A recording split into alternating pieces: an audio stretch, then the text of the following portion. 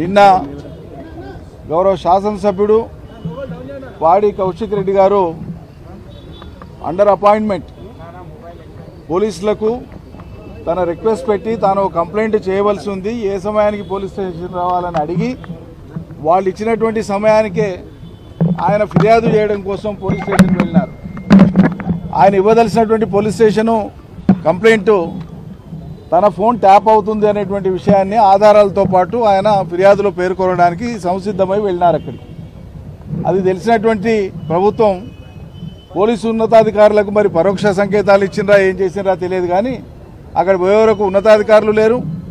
చివరికి అక్కడ ఉండేటువంటి స్టేషన్ హౌస్ ఆఫీసర్గా ఉండేటువంటి అధికారి కూడా ఎవరొచ్చినా పోలీస్ స్టేషన్లో ఫిర్యాదు స్వీకరించాలనో ఫిర్యాదు స్వీకరించేటువంటి అధికారి కూడా అక్కడ లేకుండా ఈ ఎమ్మెల్యే గారు వస్తున్నటువంటి చూసి ఆయన అక్కడి నుంచి స్టేషన్ నుంచి వెళ్తుంటే నేను వచ్చిందే ఫిర్యాదు ఇవ్వడానికి, పైగా నాకు సమయం ఇచ్చినారు, నేను నా ఫిర్యాదు స్వీకరించండి అని చెప్తే ఆయన తిరస్కరించి వెళ్ళబోతుంటే కౌశిక్ రెడ్డి గారు గట్టిగా అడగడం జరిగింది, ప్రశ్నించడం జరిగింది. తన హక్కు అది. పోలీస్ స్టేషన్లో ఎవరైనా వచ్చి తమకు కావలసినటువంటి న్యాయం కోసం ఏదైనా ఫిర్యాదు ఇస్తే స్వీకరించి దాని మీద విచారణ చేయడం పోలీసుల బాధ్యత. కానీ పిటిషనే తీసుకోం, మేము మా ఇష్టం ఉన్నట్లు ఉంటాం అనేటువంటి విధంగా మరి వాళ్ళకి ఎవరు ఆదేశాలు ఇచ్చినారో ఎందుకు అట్లా ప్రవర్తించినారో తెలియదు. అది జరిగిపోయిన తర్వాత ఈరోజు ఉదయం అదే స్టేషన్ హౌస్ ఆఫీసరు రాఘవేంద్ర అనేటువంటి అధికారి చేత ఆయన మీద ఒత్తిడి తెచ్చి ఒక కంప్లైంట్, ఫాల్స్ కంప్లైంట్ రిజిస్టర్ చేయించినారు. తన విధులకు ఆటంకం కలిగించినట్లు, తన దుర్భాషలాడినట్లు, అదేవిధంగా స్టేషన్లో తనను నిర్బంధించినట్లు, స్టేషన్లోకి బలవంతంగా చొచ్చుకొని వచ్చినట్లు, ట్రెస్పాస్ చేసినట్లు, ఈ వివిధ సెక్షన్స్ అట్రాక్ట్ అయ్యేటువంటి విధంగా సదరు రాఘవేంద్ర అనేటువంటి అధికారి చేత ఒక తప్పుడు కంప్లైంట్ ఇప్పించి ఎఫ్ఐఆర్ రిజిస్టర్ చేసినారు. చేసి కౌశిక్ రెడ్డి గారిని ఈరోజు ఉదయం తీసుకొచ్చిన సంగతి రాష్ట్ర ప్రజలందరికీ తెలుసు. పోలీసులు అరెస్ట్ చేసినారు. అరెస్ట్ చేస్తే సరే కోర్టులో ఎదుర్కొంటారు, న్యాయపరమైనటువంటి కేసును ఎదుర్కొంటారు, చట్టబద్ధంగా ఎదుర్కొంటారు. కానీ ఇక్కడ వ్యవహరించవలసినటువంటి విధానం ఏంది? మరి మీరు అరెస్ట్ చేస్తే ఎఫ్ఐఆర్లో మీరు నమోదు చేసినటువంటి కేసులు సెక్షన్స్ ఏమున్నాయి? అవన్నీ అప్ టు 7 years పనిష్మెంట్, అంటే 7 ఏళ్ల వరకు శిక్షార్హమైనటువంటి నేరాలుగా చూపబడ్డాయి. అటువంటిప్పుడు అవన్నీ బెయిలబుల్ సెక్షన్సే. బెయిలబుల్ సెక్షన్సే అయినప్పుడు పోలీస్ స్టేషన్లో బెయిల్ ఇచ్చి ఆయనను పంపించాలా చట్టపరంగా. సుప్రీంకోర్టు ఆదేశాలు ఉన్నాయి. బెయిలబుల్ సెక్షన్స్లో కోర్టుకు తీసుకుపోవడానికి వీల్లేదు, జ్యుడిషియల్ రిమాండ్ కోరడానికి వీల్లేదు. కంపల్సరీగా పోలీస్ స్టేషన్లోనే విడుదల చేయాలా, బాండ్ తీసుకొని, సెక్యూరిటీ తీసుకొని. అది చట్టం చెప్తా ఉంది, సుప్రీంకోర్టు చెప్పింది, చట్టంలో అదేముంది. మరి వాళ్ళ ఉదయం 10 గంటల నుంచి ఇప్పుడు 5 దాటిపోయింది, అంటే దాదాపు 7 గంటల పైచిలకు ఆయనను పోలీస్ స్టేషన్లో నిర్బంధించడం అనేటువంటిది ఇది చట్టబద్ధమైనటువంటి అరెస్ట్ కానీ చట్టబద్ధమైనటువంటి కస్టడీ కానీ ఎట్లా అవుతుంది? తప్పకుండా దీన్ని మేము హైకోర్టులో కానీ సుప్రీంకోర్టులో కానీ అవసరమైతే ఈ మానవ హక్కుల వేదిక మీద కానీ ఖచ్చితంగా దీన్ని ఛాలెంజ్ చేస్తాం. ప్రొసీజర్ ఫాలో కావాలని కోరుతున్నాం, మేము చట్టాన్ని ఫాలో కావాలని కోరుతున్నాం. అది చేయకుండా మీకు ఇష్టం ఉన్నట్లు చేస్తామంటే ఇది సరి అయింది కాదు. మరి ఎందుకు పోలీసులు ఉన్నతాధికారులు కానీ ప్రభుత్వం యొక్క ఆదేశాల మేరకు అత్యుత్సాహాన్ని ఎందుకు ప్రదర్శిస్తున్నారో అర్థం కావట్లేదు. చూసేటువంటి సామాన్యులకు ఎవరికైనా అర్థమవుతుంది ఇది ఎట్లా అరెస్ట్ చేస్తారు, దీంట్లో అరెస్ట్ చేయడానికి ఏముందని అడగడానికి వెళ్ళినటువంటి మాజీ మంత్రివర్యులు సిద్దిపేట శాసనసభ్యులు హరీష్ రావు గారిని కూడా అరెస్ట్ చేసి మరి వారిని ఇక్కడికి తీసుకురావడం జరిగింది, గచ్చిబౌలి పోలీస్ స్టేషన్కు. వారిని తీసుకొని వచ్చి ఎందుకు తెచ్చినారంటే ప్రివెంటివ్ అరెస్ట్. ప్రివెంటివ్ అరెస్ట్ అంటే ముందస్తుగా అరెస్ట్ చేస్తున్నారు. దేనికి అరెస్ట్ చేస్తున్నారు? అల్లకల్లాలు అవుతున్నాయా, ఘర్షణలు అవుతున్నాయా, ఏం జరుగుతుందని, ఏం కుప్పలంటకపోతున్నాయని ముందస్తు అరెస్టులు చేయాల్సిన అవసరం ఏర్పడ్డది. ఇది చట్టాన్ని ఇష్టారీతిగా దుర్వినియోగం చేస్తే దానికి పదంతలు రేపు భవిష్యత్తులో ఎవరైనా సరే అనుభవించవలసి వస్తుంది. చట్టపరంగానే మేము వాటన్నిటిని కూడా ఎదుర్కొంటాం. ఈ చర్యలకు కారణమైన మూలమైనటువంటి అధికారులు కానీ ప్రభుత్వ పెద్దలు కానీ ఎవరైనా సరే సరైన సమయంలో వీటన్నిటికి కూడా జవాబు చెప్పవలసి వస్తుంది. న్యాయస్థానాల ముందు ఖచ్చితంగా వీటన్నిటిని కూడా మేము ప్రశ్నిస్తాం. ఇష్యూ డెఫినెట్గా సీరియస్ అవుతుంది.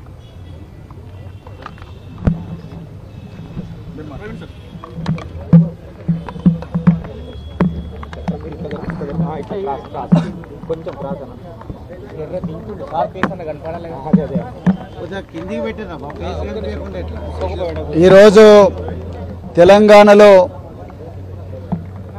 పోలీసు శాఖ డీజీపీ గారి చేతిలో లేదు.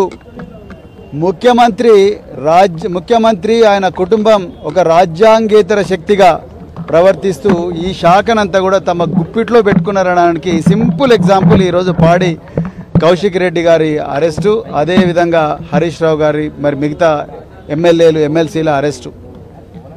ఇలా ఎంత దయనీయమైన పరిస్థితుల్లో మరి నేను కూడా ఇదే డిపార్ట్మెంట్లో దాదాపుగా 26 సంవత్సరాలు పనిచేసిన మా సర్వీస్లో ఎప్పుడు కూడా ఇంత పక్షపాత వైఖరి పోలీసుల నుంచి చూడలేదు. ఇలా ఎంత ఘోరమండి. ఒక సామాన్య పౌరుడు పోలీస్ స్టేషన్కు పోతే ఆయన ఇచ్చిన కంప్లైంట్కు కనీసం అక్నాలెడ్జ్మెంట్ ఇవ్వాలి. ఆ కంప్లైంట్ను జీడీలో అంటే జనరల్ డైరీలో ఎంటర్ చేయాలి. మరి ఈ సామాన్య పౌరుడు పక్కా పెట్టి ఇప్పుడు ఇవాళ ఒక ప్రజలకు ప్రతినిధిగా ఉన్న ఎమ్మెల్యే ఈయన ప్రోటోకాల్లో చీఫ్ సెక్రటరీ కన్నా పైన ఉంటాడు ఎమ్మెల్యే. ఆయనకు ఎన్నో ప్రివిలేజెస్ ఇచ్చింది భారత రాజ్యాంగం. అలాంటి ఎమ్మెల్యే ఈరోజు పోలీస్ స్టేషన్కు అపాయింట్మెంట్ తీసుకొని పోయిండు. ఆయన కౌశిక్ రెడ్డి గారు ఏదో మన గేట్లు దోసుకొని పోలేదు, ఏసీపీ గారు అపాయింట్మెంట్ తీసుకొని పోయిండు. పోతే ఆయన కంప్లైంట్ తీసుకోవడానికి కూడా ఏసీపీ అక్కడ ఉండకుండా పారిపోవడం, అదేవిధంగా సిఐకి ఇష్టం లేకుండా ఆయన కూడా పారిపోవడం. పోతే ఏం చేస్తాడు అసలు ఆ ఎమ్మెల్యే? ఎందుకు పోయిండు? తనకు రేవంత్ రెడ్డి నుంచి ప్రాణహాని ఉన్నది. ఇంతకుముందు ఇదే Cyberabad police station, Cyberabad commissionerate లిమిట్స్లో, ఇదే గచ్చిబౌలి పిఎస్ లిమిట్స్లో, కొండాపూర్లో పోలీసు బందోబస్తుతోని అరికపూడి గాంధీ అని షేర్లింగపల్లి ఎమ్మెల్యే వచ్చి కౌశిక్ రెడ్డి గారిని హతమార్చడానికి 100 మంది అనుచరులతో వచ్చి ప్రయత్నం చేసిండు. నా ప్రాణాలకు భయం ఉన్నది. ఆ రోజు కౌశిక్ రెడ్డి గారితో నేను ఇదే గచ్చిబౌలి పోలీస్ స్టేషన్ నుంచి తెలంగాణ భవన్కు పోయేటప్పుడు కౌశిక్ రెడ్డి గారికి 2-3 కాల్స్ వచ్చినాయి. షేర్లింగపల్లి నుంచి అరికపూడి గాంధీ అనుచరులు, బిడ్డ నువ్వు ఇక్కడ ఎట్లుంటావో మేము చూస్తాం, నీ బిడ్డ ఏ స్కూల్కి పోతుందో మాకు తెలుసు, నీ సంగతి చూస్తామని చెప్పి బెదిరిస్తే ఆ రోజు ఆయన మళ్ళీ పోలీసు వాళ్ళకు కూడా కంప్లైంట్ ఇచ్చిండు. ఆయన సెల్ ఫోన్ ట్యాప్ అవుతున్న విషయం ఆయనకు స్పష్టంగా తెలుసు. అందుకొరకే ఇవన్నీ రేవంత్ రెడ్డి చేయిస్తున్నాడు. రేవంత్ రెడ్డి నుంచి నాకు ప్రాణహాని ఉంది అని చెప్పి కౌశిక్ రెడ్డి కంప్లైంట్ ఇవ్వడానికి పోతే ఉల్టా ఆయన మీద కేసు బుక్ చేయడం ఏంది అంటే మీరు అర్థం చేసుకోండి. ఇవాళ కేటీఆర్ గారి మీద 6 కేసులు పెట్టిండ్రు, హరీష్ రావు గారి మీద 5 కేసులు పెట్టిండ్రు. అదేవిధంగా ఇంకా ఎంతోమంది మీద పట్నం నరేందర్ రెడ్డి కేసు అయితే అత్యంత ఘోరమైన కేసు అది. ఆయనకు ఆ లగచర్లలో జరిగిన ఘటనకు ఏమాత్రం సంబంధం లేదు. కలెక్టర్ ఓపెన్గా చెప్తున్నాడు, అయ్యా నా మీద దాడి జరగలేదని చెప్తున్నాడు. అయినా కూడా పట్నం నరేందర్ రెడ్డి ఎక్స్ఎమ్మెల్యే ఉదయం పార్కులో వాకింగ్ చేస్తుంటే మఫ్టీలో పోలీసులు వచ్చి ఒక క్రిమినల్ ఎత్తుకపోయినారు. ఇవాళకి 25 రోజుల నుంచి జైల్లో ఉన్నాడు. పోలీసులు ఆయన చెప్పని నేర ఒప్పుకోలు పత్రం రాసిండ్రు, కన్ఫెషన్ స్టేట్మెంట్ రాసిండ్రు. ఆయన కోర్టు నుంచి, ఆయన జైల్లో నుంచి లాయర్ను పిలిపించి పట్నం నరేందర్ రెడ్డి నేను పోలీసులకి ఈ విషయాలు చెప్పలేదు, నాకు ఆ ఘటనకు సంబంధం లేదు అని చెప్పినా కూడా ఈరోజు పోలీసులు ఆయనను రిలీజ్ చేయడం లేదు. ఇలా హరీష్ రావు గారిని ఎందుకు తీసుకొచ్చిండ్రు? ఒక సీనియర్ మినిస్టరు, ఒక ఎమ్మెల్యే, సిట్టింగ్ ఎమ్మెల్యే. అదేవిధంగా మరి కౌశిక్ రెడ్డిని ఎందుకు పెట్టిండ్రు? ఇవన్నీ ఇప్పుడు పెద్దలు నిరంజన్ రెడ్డి గారు చెప్పినట్టుగా ఇవన్నీ కూడా bailable sections. Supreme court Avneesh Kumar versus state of బీహార్లో చాలా క్లియర్గా చెప్పింది. 7 సంవత్సరాల కన్నా తక్కువగా పనిష్మెంట్ ఉన్న అన్ని సెక్షన్స్ కూడా ఈరోజు స్టేషన్లో బెయిల్ ఇవ్వాల్సిందే అని చెప్పింది. ఒక గౌరవప్రదమైన ఎమ్మెల్యేని కూడా నమ్మకపోతే ఎవరు నమ్ముతారు? రేపు అసెంబ్లీలో ఆయన వాళ్ళ ప్రజల గురించి మాట్లాడాలి, రైతుల గురించి మాట్లాడాలి, గురుకుల విద్యాలయాల గురించి మాట్లాడాలి, అదేవిధంగా నిరుద్యోగుల గురించి మాట్లాడాలి. ఇక్కడ ప్రజల్లో ఈ రేవంత్ రెడ్డి ప్రభుత్వం చేసిన ఎన్నో మోసాల మీద మాట్లాడాలి. ఇవన్నీ మాట్లాడొద్దని కసితోని ఇవాళ హరీష్ రావు గారిని, కౌశిక్ రెడ్డి గారిని తీసుకొచ్చి ఇవాళ పోలీస్ స్టేషన్లలో పెట్టారు. ఎన్ని రోజులు పెడతారు మీరు? ఇవాళ మేము ఇచ్చిన ఏ కంప్లైంట్ కూడా ఇవాళ రేవంత్ రెడ్డి గారు ఈరోజు మీతో తెలంగాణ ప్రజలకు ఓపెన్గా చెప్పలేనంత ఘోరమైన భాషలో, రాయలేని భాషలో ఇవాళ కేసీఆర్ గారిని, కేసీఆర్ కుటుంబాన్ని, హరీష్ రావు గారిని, బీఆర్ఎస్ నాయకులను, కేటీఆర్ గారిని ఘోరంగా తిట్టిండు. బెడకు పేగులు వేసుకుంటా అని చెప్పి, లాగుల్లో తొండలు ఏడుస్తా అని చెప్పి ఇంకా ఘోరమైన మాటలు అన్ని మాట్లాడిండ్రు. వాటిలో ఒక్క దగ్గర కూడా పోలీసులు సోమోటో కేసు రిజిస్టర్ చేయలేదు. అదే కేటీఆర్ గారు మూసీ నది బాధితుల కోసం, మూసీ సుందరీకరణ బాధితుల కోసం కిషన్ బాగ్లో పోయి ఒక స్టేట్మెంట్ ఇస్తే ఇక్కడ కిషన్ బాగ్ కేసు, బౌద్ధర్పుర కేసు తీసుకుపోయి ఊట్నూరులో రిజిస్టర్ చేసిండ్రు. అంటే దీని అర్థమైంది ఇవాళ డీజీపీ కంట్రోల్లో లేదు పోలీస్ డిపార్ట్మెంటు. గాంధీ భవన్లో FIRలో ఏం రాయాలనో రాసిస్తున్నారు. అది తీసుకుపోయి డైరెక్ట్ పోలీస్ స్టేషన్లకు పంపిస్తున్నారు. పోలీస్ స్టేషన్లో ఎఫ్ఐఆర్ అవుతున్నది. రాత్రికి రాత్రి వచ్చి ఇలా నాయకులను ఎత్తుకొని పోయి బెయిల్ ఇవ్వాల్సిన అవసరం ఉన్నప్పటికీ కూడా మేజిస్ట్రేట్ల ముందర ప్రొడ్యూస్ చేస్తున్నారు. అంటే తెలంగాణలో ఉన్నదా మరి రాజ్యాంగం? ఒకవైపు రాహుల్ గాంధీ నువ్వేమో రాజ్యాంగం పట్టుకొని తిరుగుతున్నావు, ఇక్కడనేమో అదే రాజ్యాంగం మాకు ఇచ్చిన స్వేచ్ఛగా తిరిగే హక్కు ఆర్టికల్ 19, అదేవిధంగా జీవించే హక్కు ఆర్టికల్ 21, ఇవి రెండు కూడా రాజ్యాంగం మాకు ఇచ్చింది. కానీ రాజ్యాంగం ఇచ్చిన హక్కును కాలరాస్తున్నావు. నేను పోలీస్ అధికారులకు చేతులు జోడించి 4 కోట్ల మంది తెలంగాణ ప్రజల తరపు నుంచి నేను ఒక్కటే రిక్వెస్ట్ చేస్తున్నా, అయ్యా దయచేసి మీరెవ్వరు కూడా భయపడకండి. ఏ పార్టీ కూడా అధికారంలో శాశ్వతంగా ఉండదు. శాశ్వతంగా ఉండేది కేవలం రాజ్యాంగం మరియు చట్టం మాత్రమే. మీరు భయపడుతున్నారు. మీరు బెయిలబుల్ సెక్షన్లలో మేజిస్ట్రేట్ల దగ్గర పంపిస్తున్నారు, తప్పు పంచనామాలు రాస్తున్నారు, తప్పు కన్ఫెషన్లు రాస్తున్నారు. మీరు ఎఫ్ఐఆర్ మావి చేయడం లేదు, మీరు జీడీ ఎంట్రీలు పెట్టడం లేదు, కనీసం మాకు అక్నాలజ్మెంట్ కూడా ఇవ్వడం లేదు. మీరు ఎందుకు భయపడుతున్నారు? ఇవాళ ఉంటాడు, రేపు పోతారు ఈ కాంగ్రెస్ వాళ్ళు, రేవంత్ రెడ్డిలు. రేపు మా పార్టీ అధికారంలోకి వస్తుంది, రేపు ఇంకో పార్టీ అధికారంలోకి వస్తుంది. మీరు తప్పకుండా చట్ట ప్రకారంగానే డ్యూటీ చేయాలి. ఇవాళ ఉంటుంది పోస్టింగ్, ఇవాళ గచ్చిపోలు ఉంటావు, రేపు ఇంకో దగ్గరికి పోతావు, రేపు సిఐడి ఉంటావు, రేపు ట్రాఫిక్ పోతావు. కానీ ఇవి మీరు ఎప్పుడైతే సమర్థంగా పనిచేస్తారో అప్పుడే మరి అందరు కూడా ప్రజలు హర్షిస్తారు. మా పార్టీ కూడా గుర్తిస్తుంది, మొత్తం తెలంగాణ కూడా మిమ్మల్ని గుండెలు పెట్టుకొని కాపాడుకుంటుంది.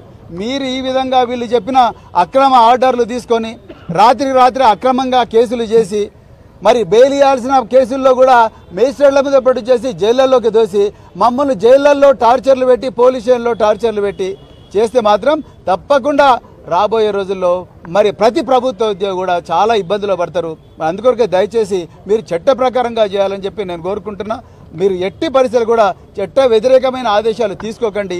మరి అదేవిధంగా నేను తెలంగాణ పిల్లలకు కూడా చెప్తున్నా, ఇలా మరి ముఖ్యమంత్రి సొంత సోదరుల పేర్లు పెట్టి సూసైడ్ చేసుకున్న ముఖ్యమంత్రి సొంత గ్రామంలో అక్కడ కూడా మరి పోలీసులు ఎఫ్ఐఆర్లో రేవంత్ రెడ్డి సోదరుల పేర్లు పెట్టలేని పరిస్థితి. అంటే తెలంగాణలో ఎంత అరాచక పాలన నడుస్తున్నది, ఎంత పక్షపాత పాలన నడుస్తున్నది అనేది మీరు ఒకసారి గమనించాలి. దీనికి వ్యతిరేకంగా మేము తప్పకుండా పోరాడతాం. ఇంతకుముందు పెద్దలు నిరంజన్ రెడ్డి గారు చెప్పినట్టుగా మాకు న్యాయ వ్యవస్థ మీద ఇప్పటికి కూడా నమ్మకం ఉన్నది.